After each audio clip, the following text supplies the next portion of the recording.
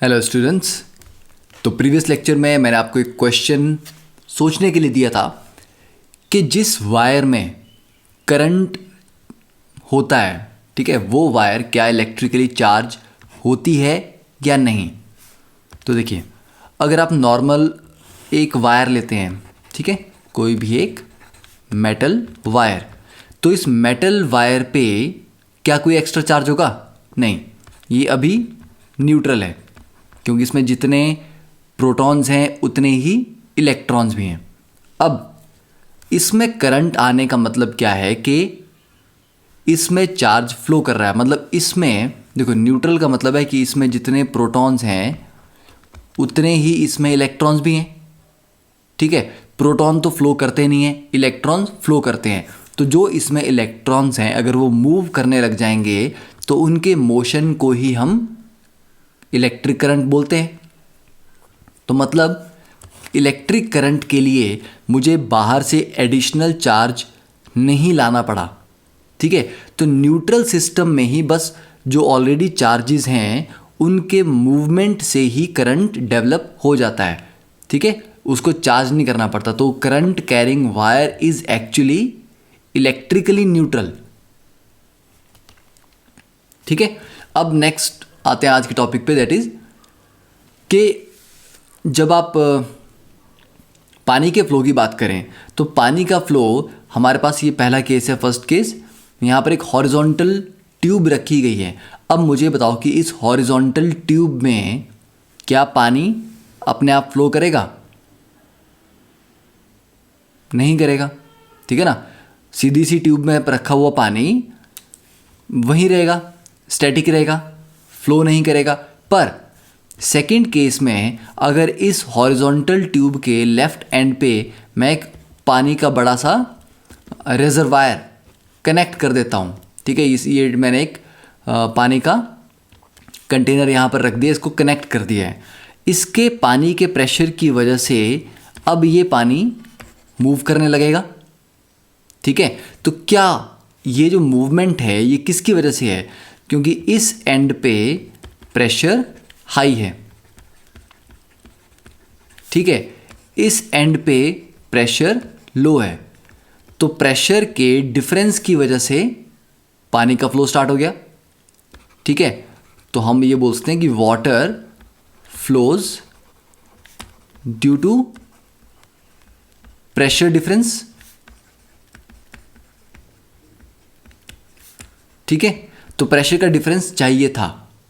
हवा चलती है तो वो भी प्रेशर के डिफरेंस से चलती है। अगर हाँ देखो, इस तरह से प्रेशर डिफरेंस नहीं क्रिएट करना हो तो आप ये भी कर सकते हो कि इस ट्यूब को सीधा रखने की बजाय इसको एक एंगल पे रख दो। तो एंगल पे क्या होगा? ग्रेविटी की वजह से वो डाउनवर्ड मूव करेगा पानी, ठीक है। मतलब कुछ ना कुछ उसको ड्राइविंग फोर्स चाहिए जिसकी वजह से वो मूव करे। तो इलेक्ट्रिक चार्ज में अगर हम बात करें कि what makes electric charges to flow, electric charges क्यों फ्लो करना स्टार्ट करेंगे, तो उनको भी किसी तरह का प्रेशर डिफरेंस चाहिए होता है, ठीक है। तो उनको क्या चाहिए होता है? They require difference of electric pressure, ठीक है। ऊपर जो प्रेशर था वो कैसा था? मैकेनिकल प्रेशर था। तो यहाँ पर इलेक्ट्रिक प्रेशर का डिफरेंस इनको चाहिए, ठीक है। और इसी इलेक्ट्रिक प्रेशर को हम क्या बोलते हैं?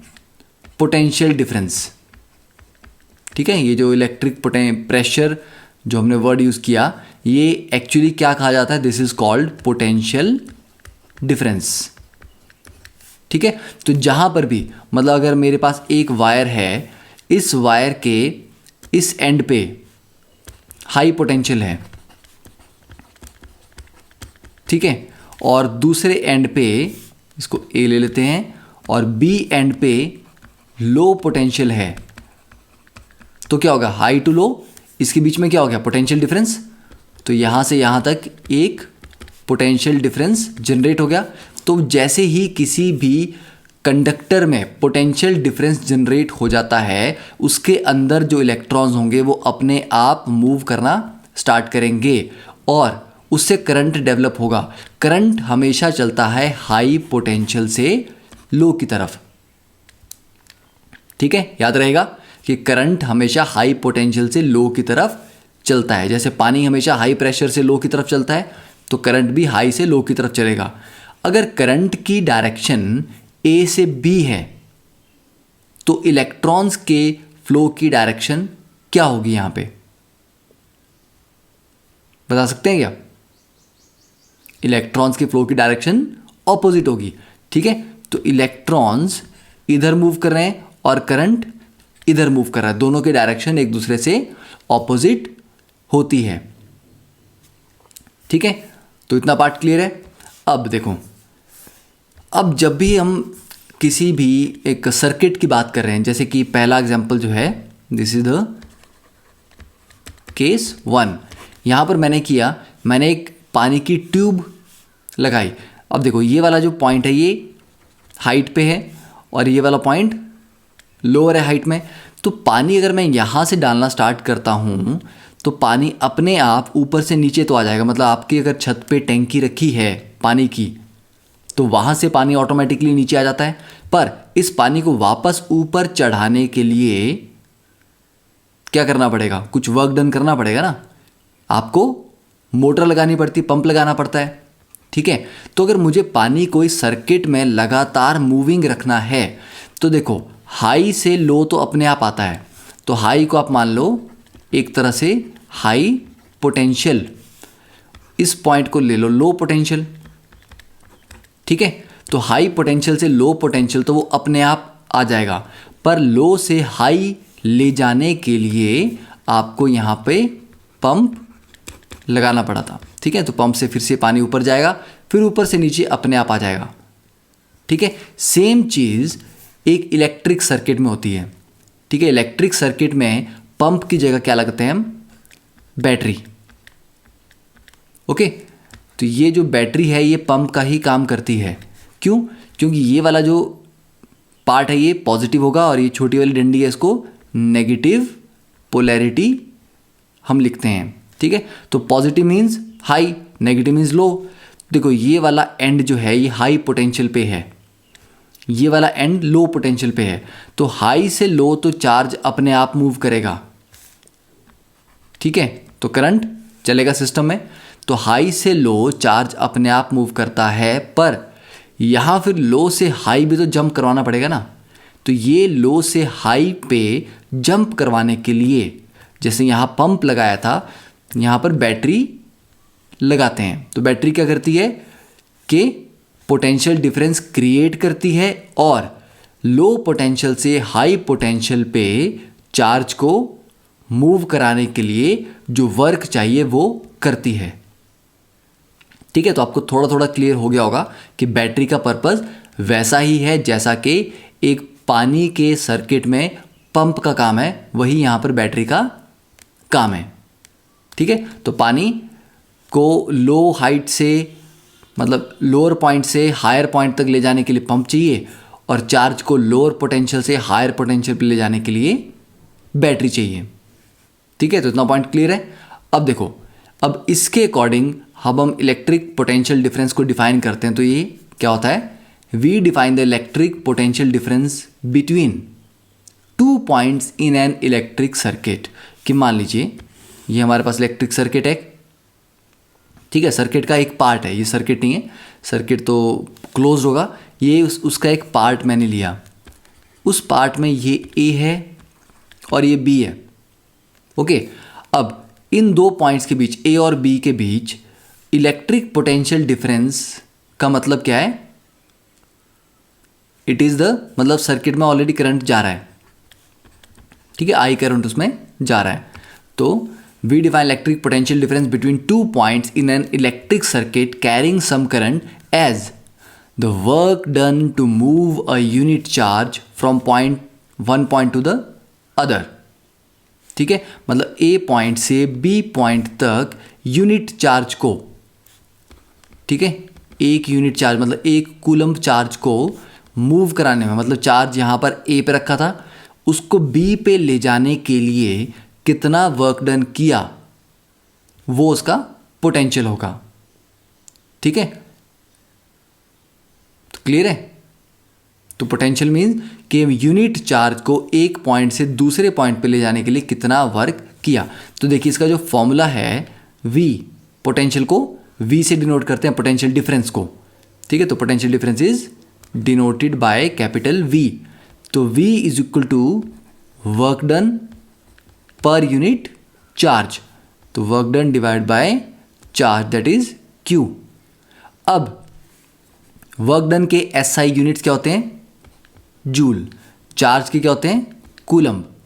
अगर मैं वर्क डन को 1 जूल लिख दूं और Q को 1 कूलम लिख दूं, ठीक है, 1 जूल डिवाइड बाय 1 कूलम, तो ये क्या हो जाएगा?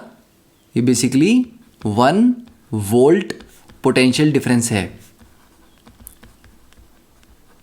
ठीक है, तो इसका मतलब है कि मेरे पास ये एक सर्किट का पार्ट है, मैंने यहाँ से चला। ठीक है, मैंने क्या लिया? 1 कूलम चार्ज लिया।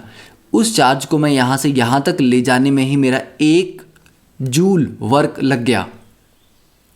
ठीक है ना, मतलब ऐसे समझ लो कि आप कुछ सामान लेके चल रहे हो, यहाँ से आपने चलना स्टार्ट किया, यहाँ तक पहुँचते पहुँचते आपको कुछ वर्क करना पड़ा, क्योंकि आप सामान जो उठा के चले हो वो भारी है। तो मैंने 1 कूलम चार्ज को इस पॉइंट से इस पॉइंट तक, मान लीजिए A से B तक ले जाने में 1 जूल वर्क कर दिया। तो अगर 1 जूल वर्क कर दिया मैंने 1 कूलम चार्ज के लिए, तो इन दोनों पॉइंट्स के बीच में कितना डिफरेंस है? 1 वोल्ट का। ठीक है, फिर मैं और चलता गया आगे। अब मैं चार्ज को C तक ले आया। अब मेरा टोटल वर्क, स्टार्टिंग से गिन रहा हूँ मैं, टोटल वर्क A से लेके अब तक कितना हो गया? टोटल हो गया मेरे पास 4 जूल। ठीक है, टोटल मैंने 4 जूल वर्क किया। तो देखो यहाँ A से B तक मैंने 1 जूल किया था, तो मतलब B से C में जाने में मैंने 3 जूल वर्क किया होगा। ठीक है, तो 3 joules work per unit charge, तो मतलब 3 वोल्ट। तो मतलब B और C के बीच का जो पोटेंशियल डिफरेंस है 3 वोल्ट का है, और A से लेके C तक का टोटल कितना है? 4 वोल्ट का। ठीक है, और आगे लेता जाऊंगा तो पोटेंशियल डिफरेंस बढ़ता जाएगा। ठीक है, तो पोटेंशियल डिफरेंस बिटवीन 2 पॉइंट्स क्या होगा? Work done per unit charge. ठीक है, तो वोल्ट का मतलब क्या है? वोल्ट इज जूल पर कूलम, जूल पर कूलम। ओके, तो दैट पार्ट इज क्लियर। तो फॉर्मूला आपको याद हो गया, वर्क डन अपॉन चार्ज। ठीक है, अब इसके ऊपर हम एक प्रॉब्लम सॉल्व करेंगे। ठीक है, देखो example 12.2, how much work is done in moving a charge of 2 coulomb. 2 coulomb का चार्ज है, 2 पॉइंट्स के बीच में मूव करना है जिनका पोटेंशियल डिफरेंस आपको दिया हुआ है। तो अभी आप इसको सॉल्व करके आंसर निकालो।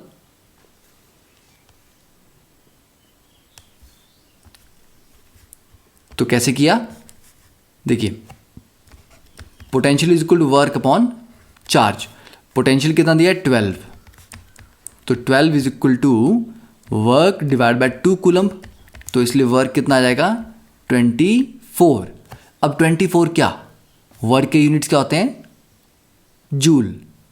ठीक है, तो 24 joule is the work done.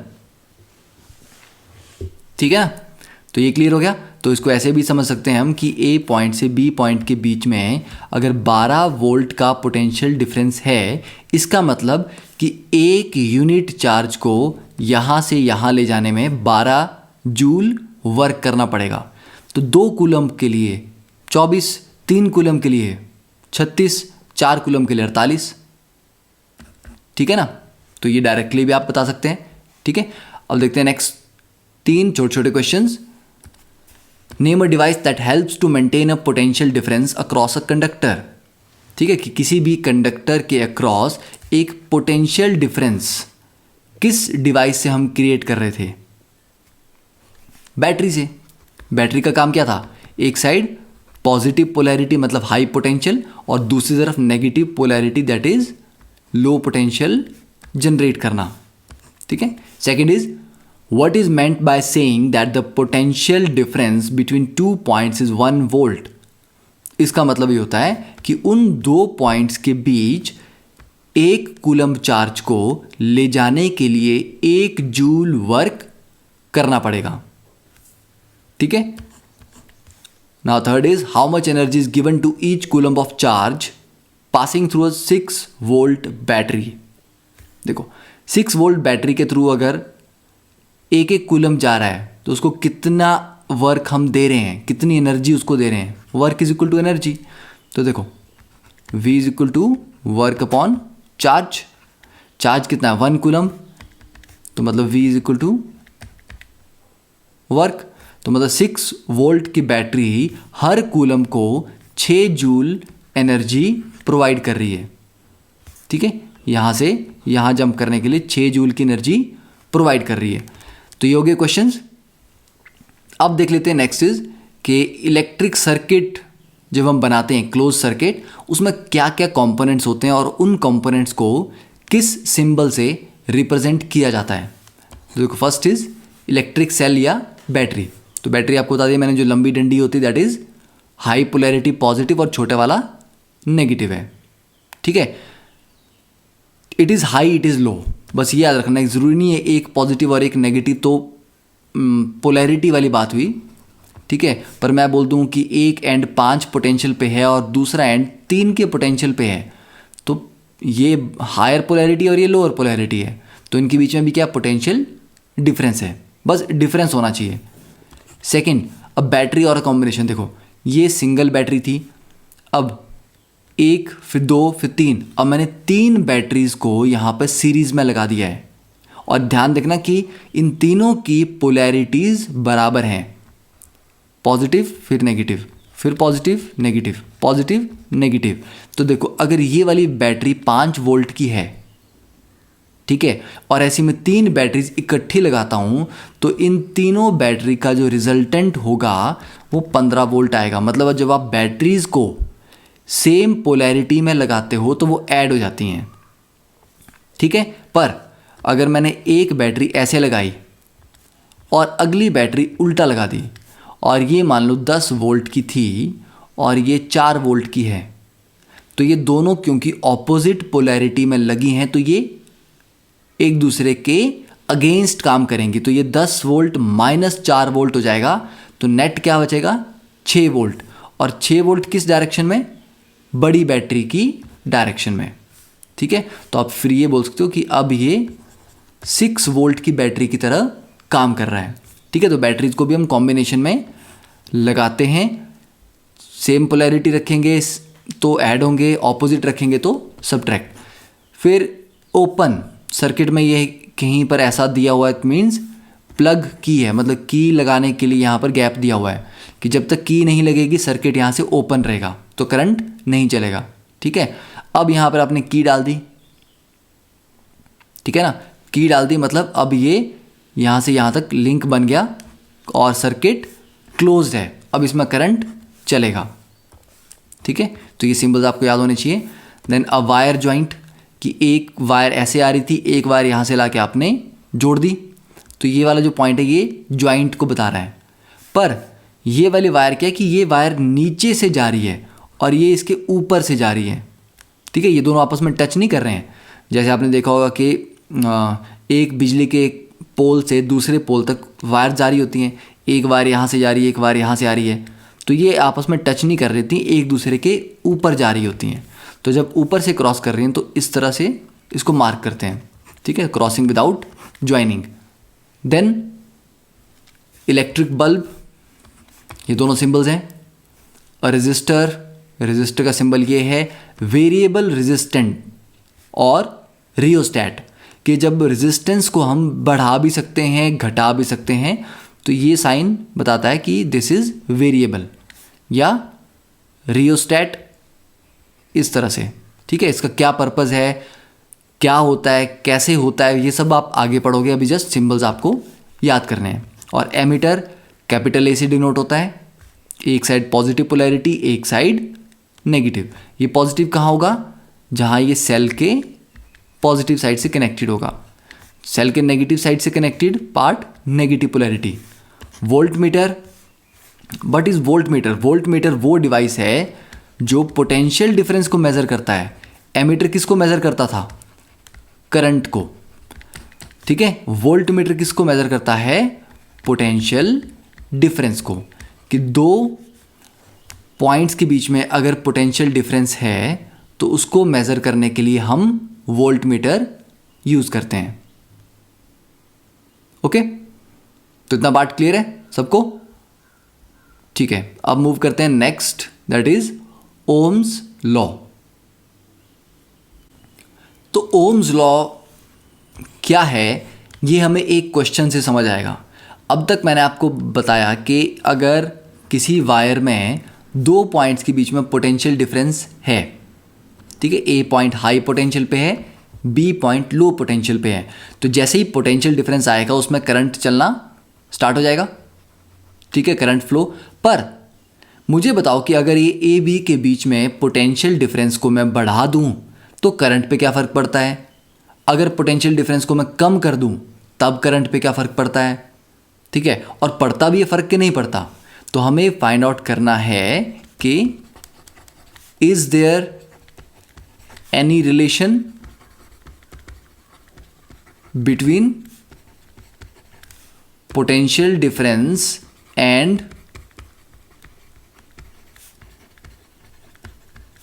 potential difference across a conductor and the current through it।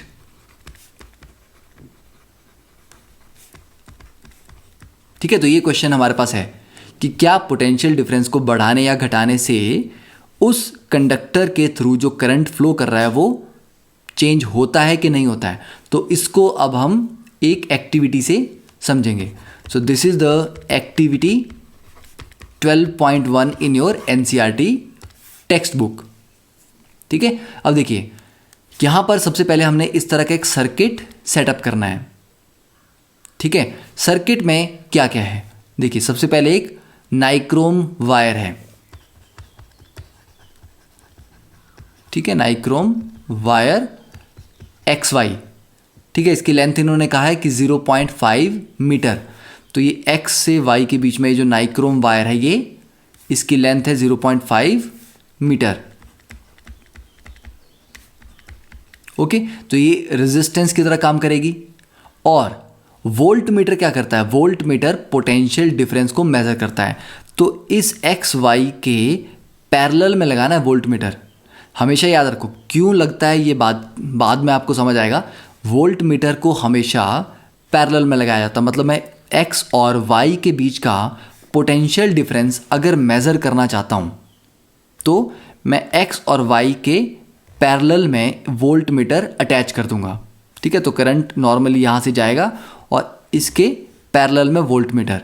और एमीटर को हमेशा लगाते हैं सीरीज़ में, वोल्ट मीटर को हमेशा लगाते हैं पैरेलल में। क्लियर है? तो हमने वोल्ट मीटर लगा दिया, उसके आगे सीरीज़ में एमीटर लगा दिया, उसके आगे की लगा दी। अब की अभी तो लगी हुई है तो मतलब सर्किट क्लोज है, इसमें करंट चलना चाहिए। जब मैं की को हटा दूंगा तो करंट बंद हो जाएगा क्योंकि सर्किट ओपन हो जाएगा। ठीक है, और यहाँ पर मैंने 4 बैटरीज या सेल्स लगा रखे हैं, चारों 1.5 वोल्ट ईच। मतलब चारों बैटरीज का कितनी वोल्टेज है? 1.5 वोल्ट। ओके, ये डॉटेड लाइन का मतलब क्या है कि पहले मैंने सर्किट को यहाँ पर कनेक्ट किया था। ठीक है, इस तरह से, मतलब ये 3 बैटरीज यूज़ में नहीं थी, ये सर्किट से बाहर रह गई। ठीक है, तो मैंने यहाँ से कनेक्ट कर दिया। तो जब मैंने यहाँ से कनेक्ट किया तो सर्किट में सिर्फ यही बैटरी काम कर रही है। ओके, फिर अगर मैं यहाँ से कनेक्ट कर दूँ इसको, तो अब ये दोनों बैटरीज मिलके 3 वोल्ट की टोटल बैटरी की तरह काम कर रही हैं। ठीक है, अगर मैं इसको तीसरी बैटरी के बाद जोड़ दूं यहाँ से तो 3 बैटरीज इकट्ठी काम करेंगी 4.5 वोल्ट, और अगर मैं यहाँ से जोड़ दूं तो 6 वोल्ट की टोटल बैटरी की तरह काम करेंगी। ठीक है, तो अलग अलग पॉइंट से जोड़ के हम देखेंगे कि जैसे हम 1 से 2 बैटरीज पे आए, वोल्टेज बढ़ी तो करंट पे क्या इफेक्ट पड़ा। ओके, तो सबसे पहला जो फर्स्ट आपका काम होगा दैट इज कि हम सिर्फ एक ही सेल को यूज़ करेंगे, एक ही बैटरी को। तो पोटेंशियल सबसे पहले कितना होगा? 1.5 वोल्ट। ठीक है ना, क्योंकि हम यहाँ से कनेक्ट कर रहे हैं तो सर्किट में 1.5 वोल्ट का पोटेंशियल आएगा और करंट कुछ चलेगा। कितना करंट चला वो एमीटर की रीडिंग देख के आपको पता लगेगा। तो एमीटर की जो रीडिंग है वो आप यहाँ पर लिखेंगे, ठीक है, और V/I की वैल्यू यहाँ लिखेंगे, ठीक है। उसके बाद सेकेंड टाइम आपने क्या किया, अब आपने दूसरी बैटरी को भी जोड़ दिया। तो आपने कनेक्शन यहाँ से हटा के यहाँ से कनेक्शन कर दिया। अब ये दो बैटरी इकट्ठा काम करेंगी, 3 वोल्ट, ठीक है। तो 3 वोल्ट में कितना करंट आया, एमीटर की रीडिंग नोट की, V/I की वैल्यू निकाली, फिर तीसरी बैटरी को भी ऐड कर लिया तो 4.5 वोल्ट और लास्ट में 6 वोल्ट।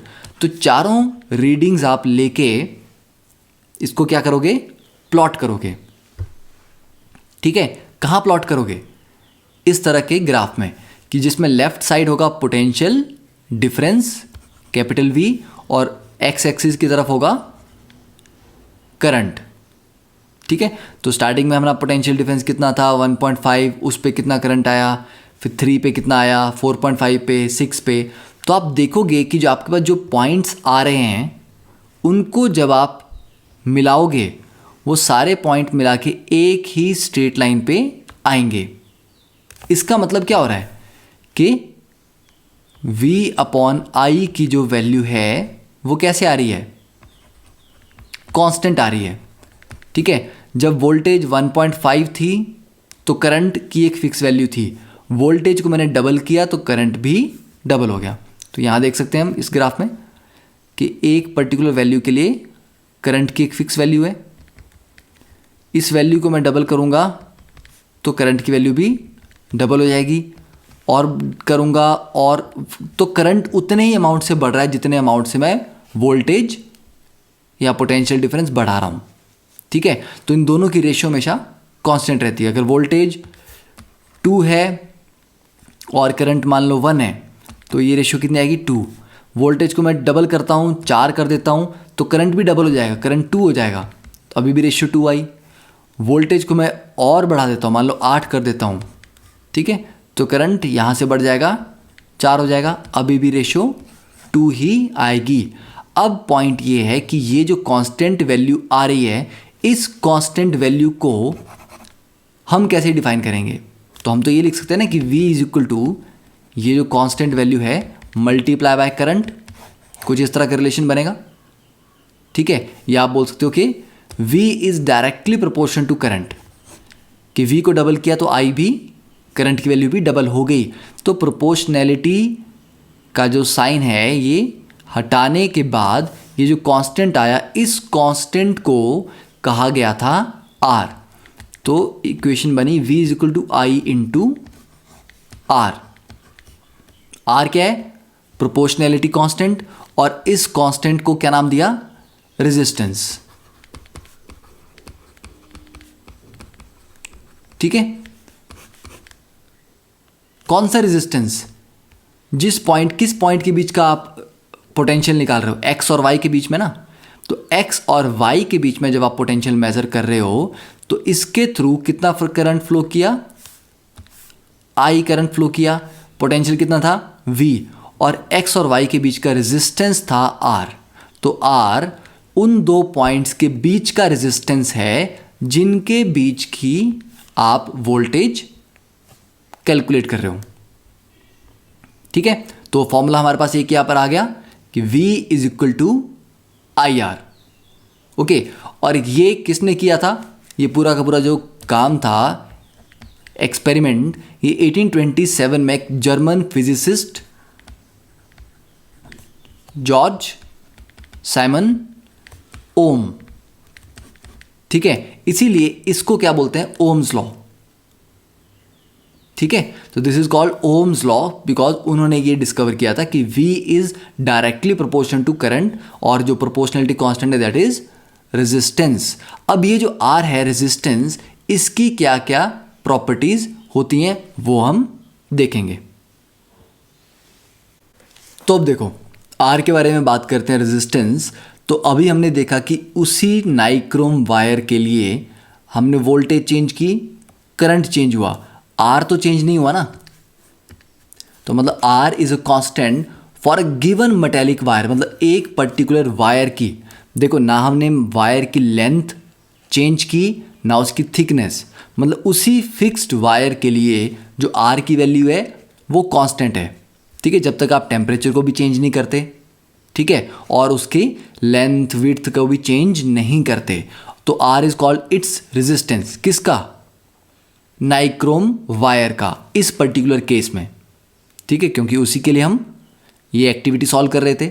अब रेजिस्टेंस जैसे कि नाम से ही क्लियर होता है कि ये करंट के फ्लो को अपोज करता है, ठीक है।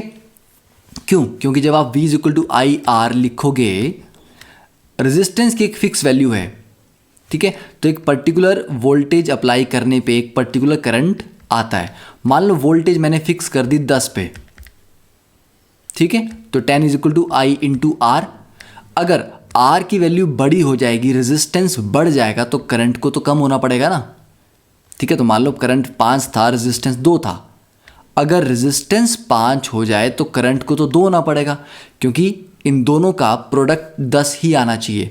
तो रेजिस्टेंस का मतलब है कि उसको कितने करंट को आने देना है और कितना नहीं, ये उसकी प्रॉपर्टी है। हायर रेजिस्टेंस का मतलब कि वो करंट के फ्लो को ज़्यादा अपोज करेगा, ठीक है। तो हायर रेजिस्टेंस का मतलब है कि करंट कम हो जाएगा, कम रेजिस्टेंस का मतलब है कि करंट ज़्यादा इजीली फ्लो कर सकता है। ये ऐसे ही है कि यहाँ पे एक पाइप है पानी की, और यहाँ पर आपने एक उस पर टैप लगाया हुआ है, ठीक है। तो टैप को आप खोलते हो तो पानी ज़्यादा निकलता है, टैप को धीरे धीरे बंद करते हो तो पानी कम निकलता है। तो रेजिस्टेंस भी वैसा ही है कि वोल्टेज तो पीछे से कितना पानी छोड़ा है वो तो फिक्स है, रेजिस्टेंस बढ़ा दिया मतलब टैप को आपने थोड़ा बंद कर दिया तो करंट मतलब पानी यहाँ पे कम निकल रहा है। रेजिस्टेंस कम कर दिया, टैप को आपने खोल दिया तो पानी ज़्यादा निकल रहा है, ठीक है। तो this analogy can help you understand this whole concept. तो अब हम बात करें कि it's the property of a conductor to resist the flow of current through it, कि कितने करंट को रेजिस्ट करना है। तो R = V/I। अब इसका जो SI यूनिट है दैट इज ओम, और इसको डिनोट करते हैं ग्रीक लेटर से, ठीक है। This is the representation of ohm, okay. तो 1 ओम कितना हुआ? वोल्टेज जब 1 वोल्ट होगी और करंट I भी 1 एम्पियर होगा। तो जब 1 वोल्टेज के डिफरेंस पे या 1 वोल्ट के पोटेंशियल डिफरेंस के थ्रू 1 एम्पियर का करंट ही जा रहा हो तो मतलब रेजिस्टेंस 1 ओम है, ठीक है। अब हमने थोड़ी देर पहले एक वर्ड सुना था रियोस्टैट या वेरिएबल रेजिस्टेंस। ऐसा क्यों होता है, ठीक है, वेरिएबल रेजिस्टेंस कब होता है और क्यों होता है? देखो कुछ केसेस में आपने तो इक्वेशन पढ़ ली कि V = IR। सेल मैंने 4 वोल्ट का लगाया, 6 वोल्ट का लगाया तो वोल्टेज फिक्स हो गई। मान लो मैं करंट को बढ़ाना चाह रहा हूँ सर्किट में या घटाना चाह रहा हूँ, पर सेल मैंने चेंज नहीं करना है, ठीक है। तो मैं क्या करूँगा, R को चेंज करूँगा ना, R बढ़ा दूंगा तो करंट ऑटोमेटिकली कम हो जाएगा। तो किसी भी सर्किट में बिना वोल्टेज चेंज किए अगर मुझे करंट को चेंज करना है तो मुझे रेजिस्टेंस को वेरी करना पड़ेगा, तो वहाँ पर वेरिएबल रेजिस्टेंस काम आता है, ठीक है। तो वेरिएबल रेजिस्टेंस या डिवाइस होती है रियोस्टैट, ओके। तो अब हम एक और एक्टिविटी करते हैं, ठीक है। आई होप आपने नोट कर लिया होगा, otherwise you can note it down. तो अब हम एक और एक्टिविटी करेंगे 12.2, ठीक है, और इससे भी देखते हैं कि क्या प्रॉपर्टीज हम समझ सकते हैं। देखो, टेक अ नाइक्रोम वायर, एक टॉर्च बल्ब और एक 10 वॉट का बल्ब। तो ये 3 चीज़ें हमने ले ली। एक एमीटर लेना है जो 0 से 5 एम्पियर का करंट नाप सके, ठीक है। एम्पियर की भी रेंज होती है, ठीक है ना। जैसे 1 लीटर का कैन होगा आपके पास तो उसमें 1 ही लीटर तक पानी आ सकता है ना, तो उसमें 500 ml का भी आप नाप सकते हो, 600 भी, 700 भी, पर 1 लीटर से ज़्यादा नहीं। तो एमीटर की भी रेंजेस होती हैं। तो अभी हमें 0 से 5 एम्पियर का एमीटर चाहिए, एक प्लग चाहिए, मतलब प्लग की और सम वायर्स। तो इस तरह का सर्किट हमें बना दिया, सीरीज़ में एमीटर लगा दिया, एक्स वाई के बीच में हमने क्या कनेक्ट करना है, रेजिस्टेंस को, नाइक्रोम वायर को, ठीक है, बाद में करेंगे। तो पहले एक्स वाई के बीच में गैप छोड़ दो, एमीटर लगा दो, यहाँ पर हमने सेल लगा दिए, फिर कितने हैं, 4 ड्राई सेल्स ऑफ 1.5 वोल्ट, हर एक सेल 1.5 वोल्ट का है। तो टोटल देखो सारे सीरीज में हैं, तो 1.5 into 4 that is total 6 volt का अरेंजमेंट है, ठीक है, की हमने यहाँ लगा दी। अब now complete the circuit by connecting the nichrome wire, तो यहाँ पर अब हमने नाइक्रोम वायर को कनेक्ट कर दिया, ठीक है, ये जो वायर थी, सर्किट कंप्लीट हो गया। प्लग द की, तो की लगा दी, अब इसमें करंट चलना स्टार्ट हो गया। नोट डाउन द एमीटर, तो देखो वोल्टेज तो तुम्हें फिक्स है, नाइक्रोम वायर का अपना एक रेजिस्टेंस होगा और उसके करस्पॉन्डिंग एक करंट आएगा, ठीक है। तो ये करंट कितना आया मेजर किया, तो एमीटर की रीडिंग, उसके बाद की निकाल लो, सर्किट ओपन हो गया, करंट बंद हो गया, ठीक है। अब नाइक्रोम वायर को हटा के अब लगाना है आपने, repeat the above step with 10 volt bulb, तो 10 वॉट का ये जो बल्ब है इसको यहाँ पर आपने लगा दिया, ठीक है। अब इसका रेजिस्टेंस कुछ और होगा शायद, तो वोल्टेज उतनी है, तो करंट को अब आपने मेजर किया तो देखा कि शायद करंट चेंज हो गया। तो are the ammeter readings different, तो क्या करंट की रीडिंग चेंज हो रही है जब आपने नाइक्रोम वायर हटा के ये बल्ब लगाया था, ठीक है, हो रही है, तो उसको भी नोट डाउन करो। फिर तीसरी बार ये बल्ब भी हटा दो, टॉर्च बल्ब लगाओ। तो ये 3 जो एक्टिविटी करके आपको पता चलेगा कि तीनों के केस में जो रेजिस्टेंस की वैल्यू है वो शायद डिफरेंट थी, इसीलिए करंट तीनों में डिफरेंट आया, ठीक है। तो आई की डिफरेंट वैल्यू क्या इंडिकेट करती है कि तीनों का जो रेजिस्टेंस है दैट इज डिफरेंट, ठीक है। तो हम बोलते हैं कि different values of current indicate that resistance is different for wire, bulb and torch bulb. तो तीनों का रेजिस्टेंस डिफरेंट है। डिफरेंट क्यों है, क्योंकि तीनों अलग अलग मटेरियल के बने हुए हैं, तो अलग अलग मटेरियल का करंट को रेजिस्ट करने की प्रॉपर्टी भी डिफरेंट होती है, ठीक है ना।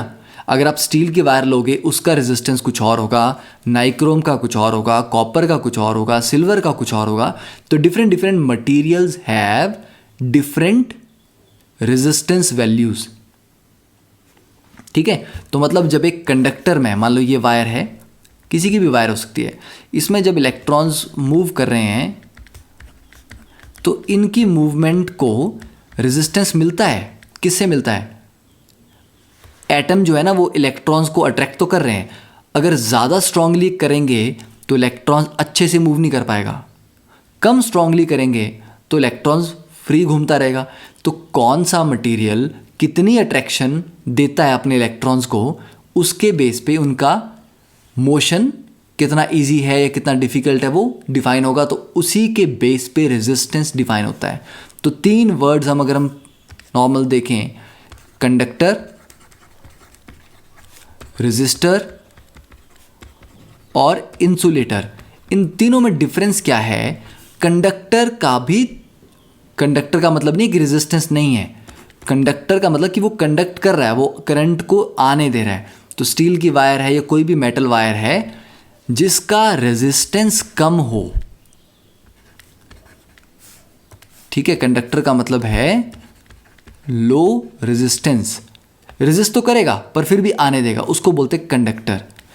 रेजिस्टर का मतलब है वही conductor with a high resistance value, कि कंडक्ट तो कर रहा है पर फिर भी थोड़ा ज़्यादा रेजिस्टेंस दे रहा है, ठीक है। तो रेजिस्टर का मतलब होता है ये दोनों ही मेटल वायर होंगी, कंडक्टर भी और रेजिस्टर भी, बस रेजिस्टर का रेजिस्टेंस ज़्यादा होता है, कंडक्टर का कम होता है।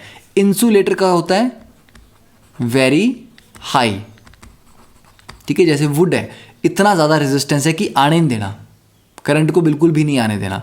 तो तीनों को हम कैसे डिफाइन कर सकते हैं, इनकी अलग अलग आर की वैल्यूज से। Okay, so that was all for today.